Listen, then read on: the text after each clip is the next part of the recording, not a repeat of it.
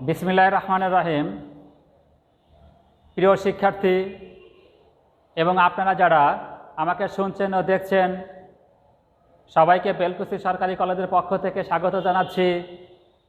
মোহাম্মদ মজনু মিয়া, প্রভাষক পরিসংখ্যান, বেলকুচি সরকারি কলেজ, বেলকুচি, সিরাজগঞ্জ। প্রিয় শিক্ষার্থী,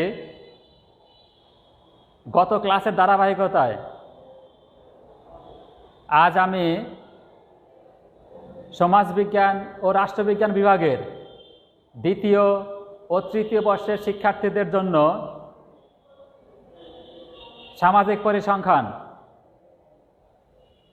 এবং গবেষণা পদ্ধতি ও পরিসংখ্যান বিষয়ের দ্বিতীয় অধ্যায়ের কেন্দ্রীয় প্রবণতার পরিমাপ নিয়ে আলোচনা করছিলাম। আজ কেন্দ্রীয় প্রবণতা পরিমাপের আমার শেষ ক্লাস। আজ আমি দেখাবো বিন্যস্ত উপাত্ত থেকে কিভাবে আমরা গড়, মধ্যমা এবং প্রচুরক নির্ণয় করতে পারি। প্রিয় শিক্ষার্থী, প্রতি বছর এই অধ্যায় থেকে গড়, মধ্যমা, প্রচুরক যে কোনো একটা গাণিতিক সমস্যা থাকে এবং তোমাদের ক্ষেত্রেও এর ব্যত্যয় ঘটবে না। কাজেই আজকের গাণিতিক সমস্যাটা কিভাবে আমি সমাধান করি তোমরা সবাই খুব ভালো করে খেয়াল করবে। যদি খেয়াল করো বা দেখো তাহলে খুব সহজে তোমরা এই গাণিতিক সমস্যার সমাধান করতে পারবে। ঠিক আছে শিক্ষার্থীরা, তাহলে চলো আমরা আমাদের গাণিতিক সমস্যাটা সমাধান করি। প্রিয় শিক্ষার্থী, দেখো এখানে লেখা আছে নিচের উপাত্ত হতে গড়, মধ্যমা, প্রচুরক নির্ণয় করো। নিচের উপাত্ত হতে গড়, মধ্যমা ও প্রচুরক নির্ণয় করো। এখানে একটা গণসংখ্যা নিবেশ এবং গণসংখ্যা সারণী দেওয়া আছে, শ্রেণী দেওয়া আছে এবং গণসংখ্যা সারণী দেওয়া আছে। শ্রেণী এবং গণসংখ্যা দিয়ে গণসংখ্যা সারণী দেওয়া আছে। শ্রেণী আছে 5 থেকে 10, 10 থেকে 15, 15 থেকে 20, 20 থেকে 25, 25 থেকে 30 এবং 30 থেকে 35। গণসংখ্যা আছে 7, 10, 15, 12, 8, 3। এই যে গণসংখ্যা সারণী আছে, এই গণসংখ্যা সারণী থেকে আমরা কি করব? গড়, মধ্যমা এবং প্রচুরক নির্ণয় করব। গড়, মধ্যমা এবং প্রচুরক আমরা নির্ণয় করব। তাহলে শিক্ষার্থীরা, নিশ্চয় তোমাদের মনে আছে বিন্যস্ত উপাত্তের ক্ষেত্রে গড়, মধ্যমা এবং প্রচুরকের সূত্র। গড়, মধ্যমা এবং প্রচুরক কীভাবে নির্ণয় করি বা কোন সূত্রের মাধ্যমে নির্ণয় করি নিশ্চয় তোমাদের মনে আছে। তাহলে ওই সূত্রগুলো আমরা আগে লিখে নেব। কি লিখব? আমরা জানি গড় বা যথাযথ গড় x bar equal to summation fi xi divide by n। গড় বা যথাযথ গড় x bar equal to summation fi xi divide by n, যেখানে xi শ্রেণী মধ্যবিন্দু, fi শ্রেণী গণসংখ্যা, n ইকুয়াল টু মোট গণসংখ্যা। ইচ্ছা করলে ব্যাখ্যাগুলা লিখতেও পারো, আবার না লিখলেও চলবে, তবে লিখলে বেশি ভালো হবে। তাহলে কি লিখব? আমরা জানি যথাযথ গড় x bar equal to summation fi xi divide by n। xi equal to শ্রেণী মধ্যবিন্দু, fi ইকুয়াল টু শ্রেণী গণসংখ্যা, n ইকুয়াল টু মোট গণসংখ্যা। এবার মধ্যমা me equal to ln plus n by 2 minus fc divided by fm into c। মধ্যমা me equal to ln plus n by 2 minus fc divided by fm into c, যেখানে ln equal to মধ্যমা শ্রেণীর নিম্ন সীমা, F C equal to মধ্যমা শ্রেণী পূর্ববর্তী শ্রেণী ক্রমযুক্ত গণসংখ্যা, এফ এম ইকুয়াল টু মধ্যমা শ্রেণী গণসংখ্যা, সি ইকুয়াল টু মধ্যমা শ্রেণীর শ্রেণী ব্যবধান, এন ইকুয়াল টু মোট গণসংখ্যা এবং মধ্যমা শ্রেণী ইকুয়াল টু n/2 সংখ্যাটি ক্রমযুক্ত গণসংখ্যার যে শ্রেণীতে অবস্থিত এবং প্রসারক M O equal to L1 plus delta 1 divided by delta 1 plus delta 2 into C. প্রসারক M O equal to L1 plus delta 1 divided by delta 1 plus delta 2 into C, যেখানে L1 ইকুয়াল টু প্রসারক শ্রেণীর নিম্ন সীমা, ডেল্টা 1 ইকুয়াল টু প্রসারক শ্রেণী ও তার পূর্ববর্তী শ্রেণী গণসংখ্যার পার্থক্য, ডেল্টা 2 ইকুয়াল টু প্রসারক শ্রেণী ও তার পরবর্তী শ্রেণী গণসংখ্যার পার্থক্য, সি ইকুয়াল টু প্রসারক শ্রেণীর শ্রেণী ব্যবধান এবং প্রসারক শ্রেণী ইকুয়াল টু যে শ্রেণী গণসংখ্যা বেশি। তাহলে শিক্ষার্থীরা একটু খেয়াল করো, এখানে গড় মধ্যমা প্রসারক নির্ণয়ের জন্য প্রয়োজনীয় সূত্র আমি এখানে লিখে নিয়েছি। গড় X bar equal to summation F I X I divide by N, মধ্যমা M equal to L1 plus n/2 minus F C divided by F M into C এবং প্রসারক M O equal to L1 plus delta 1 divide by delta 1 plus delta 2 into C. ঠিক আছে শিক্ষার্থীরা, এখন আমরা কি করব? গণনা তালিকা তৈরি করব। গণনা তালিকা দেখো, এখানে শ্রেণী এবং গণসংখ্যা দেওয়া আছে। তাহলে পরের কলামটা কি হবে? মধ্যবিন্দু এক্স আই। কি বের করব? মধ্যবিন্দু এক্স আই। দেখো মধ্যবিন্দু কি? মধ্যবিন্দু হলো কোনো একটা শ্রেণী ঊর্ধ্বসীমা ও নিম্নসীমা যোগ করে 2 দ্বারা ভাগ করলে যে ভাগফল পাওয়া যায় তাকে বলা হয় শ্রেণী মধ্যবিন্দু। তাহলে মধ্যবিন্দু এক্স আই ইকুয়াল টু কত হবে? প্রথমটা 7.5, তারপরটা হবে দেখো 12.5, তারপরটা হবে কত? 22.5, সরি 17.5, 17.5, 22.5, 27.5 এবং 32.5। ঠিক আছে শিক্ষার্থীরা, তাহলে দেখো আর গণসংখ্যার যে ফ্রিকোয়েন্সি, এটাকে আমরা এফ আই লিখতে পারি। গণসংখ্যা ফ্রিকোয়েন্সি এফ আই এবং শ্রেণী মধ্যবিন্দু এক্স আই। নিচে আছে কি এন। এনটা কি? মোট উপাত্তের সংখ্যা বা মোট গণসংখ্যা। মোট উপাত্তের সংখ্যা বা মোট গণসংখ্যা এন ইকুয়াল টু, যোগ করলে কত হয় দেখো 17, 32, 44, 52, 55, এন ইকুয়াল টু 55। ঠিক আছে শিক্ষার্থীরা, এবার সূত্রের দিকে খেয়াল করো। কি আছে এখানে? Summation F I X I. সামেশনটা বাদ দিলে কি হবে? F I into X I. এখানে আমার এফ আই আর এক্স আই দেওয়া আছে, এফ আই আর এক্স আই দেওয়া আছে। তাহলে কি করব? এফ আই এবং এক্স আই গুণ করব। তাহলে পরের কলামটা হবে দেখো F I into X I. F I into X I, প্রথম মানটা কত হবে দেখো 7 গুণন 7.5, 7 গুণন 7.5 ইকুয়াল টু দেখো 52.5। ঠিক আছে শিক্ষার্থীরা, দেখ পরেরটা কি হবে? 10 গুণন 12.5, 125.0। তারপরটা কত হবে দেখো 17.5 গুণন 15, 17.5 গুণন 15 ইকুয়াল টু 262.5, 262.5। তারপরটা কত হবে দেখো 12 গুণন 22.5, 12 গুণন 22.5 ইকুয়াল টু 270.0। ঠিক আছে শিক্ষার্থীরা,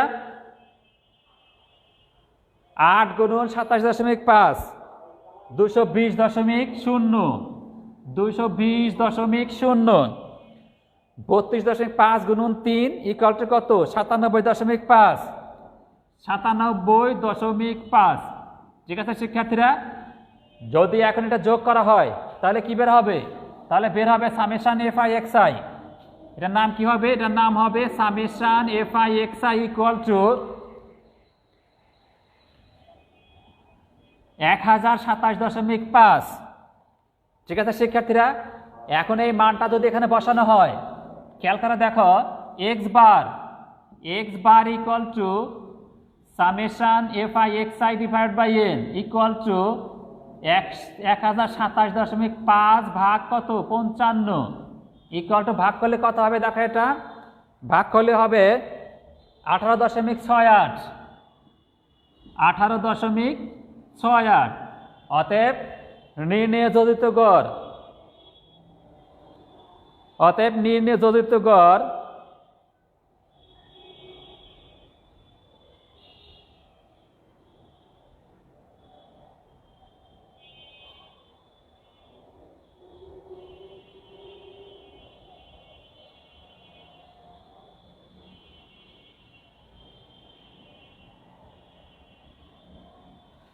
অতএব নির্ণয় যোজিত গড় এক্স বার ইকুয়াল টু কত 18.68। ঠিক আছে শিক্ষার্থীরা? হ্যাঁ, এবার আমরা কি করব, মধ্যমা নির্ণয় করব।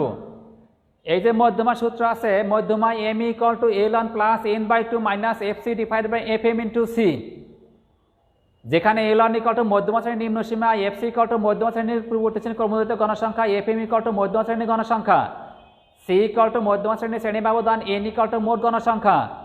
এবং আমাদের প্রথমে যে কাজটা করতে হবে, মধ্যমা শ্রেণী বের করে নিতে হবে। কি করতে হবে? মধ্যমা শ্রেণী বের করে নিতে হবে। মধ্যমা শ্রেণী আমরা জানি মধ্যমা শ্রেণী ইকুয়াল টু এন বাই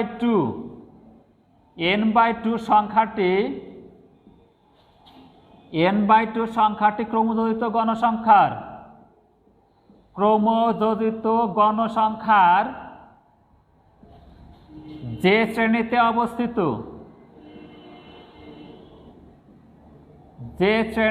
অবস্থিত।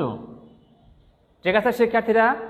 দেখো কি লেখা আছে এখানে, যে মধ্যমা শ্রেণী equal to N by two সংখ্যাটি ক্রমযোজিত গণসংখ্যা যে শ্রেণীতে অবস্থিত equal to N by two, N equal to কত 55, 55/2 সংখ্যাটি ক্রমযোজিত গণসংখ্যার যে শ্রেণীতে অবস্থিত ইকুয়াল টু কত হবে দেখো, এটা 27.5 সংখ্যাটি ক্রমযোজিত গণসংখ্যার যে শ্রেণীতে অবস্থিত।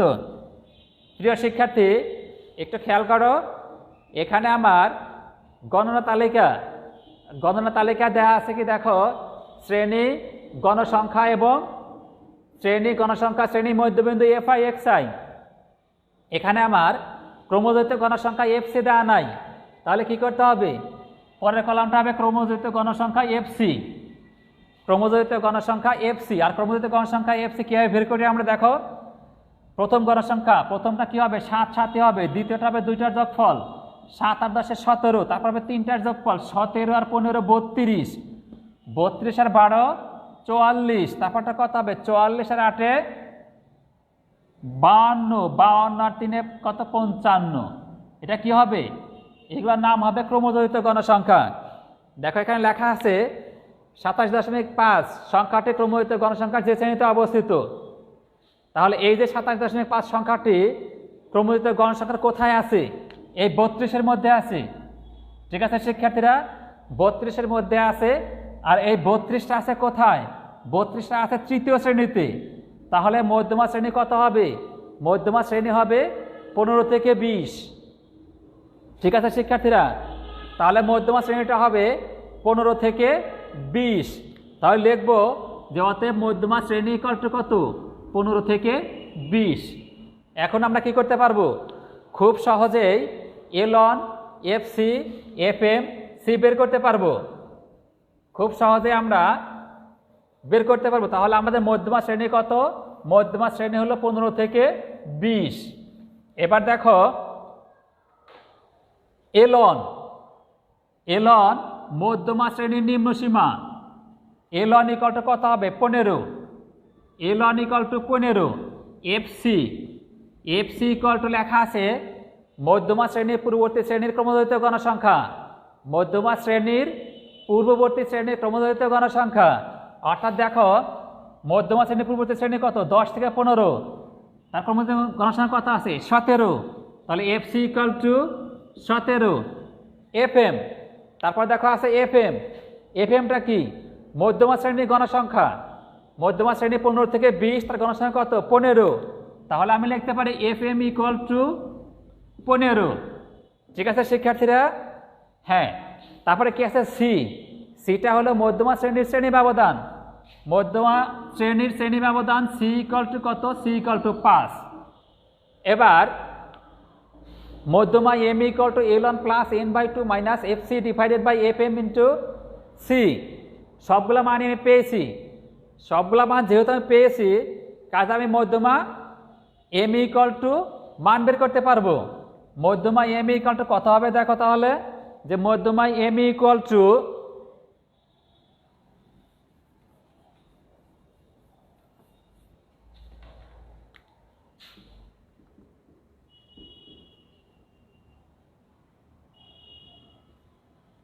দেখো মধ্যমা এম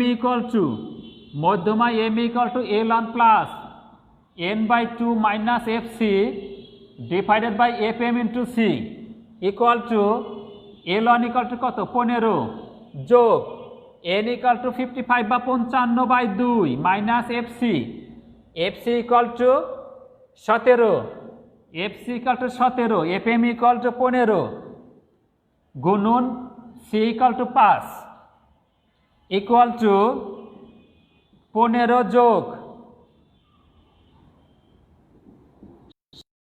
5 বিয়োগ 17 ভাগ 15 গুণন 5 ইকুয়াল টু 15 যোগ 10.5 ভাগ 15 গুণন 5 ইকুয়াল টু 15 যোগ 10.5 ভাগ 3 ইকুয়াল টু 15 যোগ 3.5 ইকুয়াল টু 18.50। ঠিক আছে শিক্ষার্থীরা, তাহলে দেখো কি পেলাম এখানে আমি, যে মধ্যমা এম ইকুয়াল টু কত 18.50, অর্থাৎ মধ্যমা এম ইকুয়াল টু 18.50। এবার প্রসারক, এবার নির্ণয় করব প্রসারক। প্রসারক MO equal to L1 plus Δ1 divided by Δ1 plus Δ2 into C, যেখানে L1 ইকুয়াল টু প্রসারক শ্রেণীর নিম্নসীমা, Δ1 ইকুয়াল টু প্রসারক শ্রেণী ও তার পূর্ববর্তী শ্রেণী গণসংখ্যার পার্থক্য, Δ2 ইকুয়াল টু প্রসারক শ্রেণী ও তার পরবর্তী শ্রেণী গণসংখ্যার পার্থক্য, সি ইকুয়াল টু প্রসারক শ্রেণীর শ্রেণী ব্যবধান। তাহলে শিক্ষার্থীরা আমরা কি করতে হবে, প্রসারক শ্রেণী নির্ণয় করতে হবে। প্রসারক শ্রেণী কিভাবে নির্ণয় করব, আমরা জানি প্রসারক শ্রেণী ইকুয়াল টু যে শ্রেণীর গণসংখ্যা বেশি। এখানে আমরা গণসংখ্যার সারণী দেখলেই বুঝতে পারবো কোনটা প্রসারক শ্রেণী। যে শ্রেণীর গণসংখ্যা সবচেয়ে বেশি হবে সেটা হবে প্রসারক শ্রেণী। তাহলে খেয়াল করো এখানে গণসংখ্যা বেশি আছে কোন শ্রেণীতে, 15, 1, 2, 3, তৃতীয় শ্রেণীর গণসংখ্যা 15 এবং এই 15টা সবচেয়ে বড় মান। তাহলে এখানে প্রসারক শ্রেণী কত হবে, প্রসারক শ্রেণী হবে 15 থেকে 20। প্রসারক শ্রেণী ইকুয়াল টু 15 থেকে 20। সেক্ষেত্রে আমার L1, সেক্ষেত্রে L1 ইকুয়াল টু কত হবে, প্রসারক শ্রেণী নিম্নসীমা ইকুয়াল টু 15, Δ1 ইকুয়াল টু প্রসারক শ্রেণী ও তার পূর্ববর্তী শ্রেণী গণসংখ্যার পার্থক্য। প্রসারক শ্রেণী গণসংখ্যা 15, পূর্ববর্তী শ্রেণী গণসংখ্যা 10, এদের পার্থক্য কত, 15 বিয়োগ 10 ইকুয়াল টু 5। তাহলে শিক্ষার্থীরা খেয়াল করো যে Δ1 ইকুয়াল টু প্রসারক শ্রেণী ও তার পূর্ববর্তী শ্রেণী গণসংখ্যার পার্থক্য ইকুয়াল টু কত, 5। Δ2 ইকুয়াল টু প্রসারক শ্রেণী ও তার পরবর্তী শ্রেণী গণসংখ্যার পার্থক্য। প্রসারক শ্রেণী ও তার পরবর্তী শ্রেণী গণসংখ্যার পার্থক্য অর্থাৎ 15 বিয়োগ 12 ইকুয়াল টু কত হবে, ইকুয়াল টু হলো 3। ঠিক আছে শিক্ষার্থীরা, এবং প্রসারক শ্রেণীর শ্রেণী ব্যবধান সি ইকুয়াল টু কত, 5। ঠিক আছে, তাহলে L1 ইকুয়াল টু কত, 15, Δ1 ইকুয়াল টু 5, Δ2 ইকুয়াল টু 3 এবং সি ইকুয়াল টু কত, সি ইকুয়াল টু 5। তাহলে খুব সহজেই প্রসারকের সূত্রের মধ্যে মানগুলো বসে আমরা কি করতে পারবো, প্রসারকের মান নির্ণয় করতে পারবো। তাহলে দেখো এখানে লেখা আছে, দেখো প্রসারক MO equal to L1 plus Δ1 divided by Δ1 plus Δ2 into C equal to L1 কত, L1 equal to 15, Δ1 5, Δ1 plus Δ2 into C equal to 5। ঠিক আছে শিক্ষার্থীরা, ইকুয়াল টু 15 যোগ 5/8 গুণন 5 ইকুয়াল টু 15 যোগ 25/8 ইকুয়াল টু 15 যোগ 3.125 ইকুয়াল টু 18.125। তাহলে শিক্ষার্থীরা খেয়াল করো যে প্রচুরক এম ইকুয়াল টু কত আসছে এখানে, প্রচুরক এম ইকুয়াল টু 18.125। তাহলে এখানে আমি লিখতে পারি এখন যে অতএব নির্ণয় প্রচুরক এম ইকুয়াল টু 18.125। প্রিয় শিক্ষার্থী, তাহলে কি হলো, এখানে যে গণসংখ্যা সারণী দেওয়া ছিল সেখান থেকে আমরা কি করলাম, গড়, মধ্যমা এবং প্রচুরক তিনটা মানে বের করা হয়েছে। গড় x বার ইকুয়াল টু 18.68, মধ্যমা m ইকুয়াল টু 18.50 এবং প্রচুরক m ইকুয়াল টু 18.125। ঠিক আছে শিক্ষার্থীরা, তাহলে আমরা এভাবে কি করতে পারবো, যে কোনো গণসংখ্যা সারণীর ক্ষেত্রে গড়, মধ্যমা, প্রচুরক নির্ণয় করতে পারবো। এই যে অঙ্কটা আছে, এই যে গাণিতিক সমস্যা, গড়, মধ্যমা, প্রচুরকের গাণিতিক সমস্যা, এটা খুবই ইম্পর্টেন্ট তোমাদের জন্য। প্রতি বছরই কেন্দ্রীয় প্রবণতার পরিমাপ অর্থাৎ গড়, মধ্যমা, প্রচুরক, এই যে গড়, মধ্যমা, প্রচুরকের গাণিতিক সমস্যা একটা থাকবে এবং থাকে। এটা থাকবে ব্রড কোশ্চেনে যে নিচের উপাত্ত হতে গড়, মধ্যমা, প্রচুরক নির্ণয় করো। হয়তো দেখা যাবে যে এই গাণিতিক সমস্যা না দিয়ে অন্য একটা গাণিতিক সমস্যা দেবে। এখন আমার বিশ্বাস যে কোনো গাণিতিক সমস্যা দেওয়া থাকলে তোমরা গড়, মধ্যমা, প্রচুরক নির্ণয় করতে পারবে। ঠিক আছে শিক্ষার্থীরা, তোমরা বাড়িতে যে কোনো একটা গাণিতিক সমস্যা, গড়, মধ্যমা নির্ণয়ের একটা গাণিতিক সমস্যা নিয়ে গড়, মধ্যমা এবং প্রচুরক নির্ণয় করবে।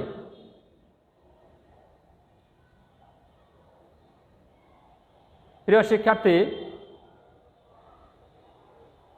শিক্ষা প্রতিষ্ঠান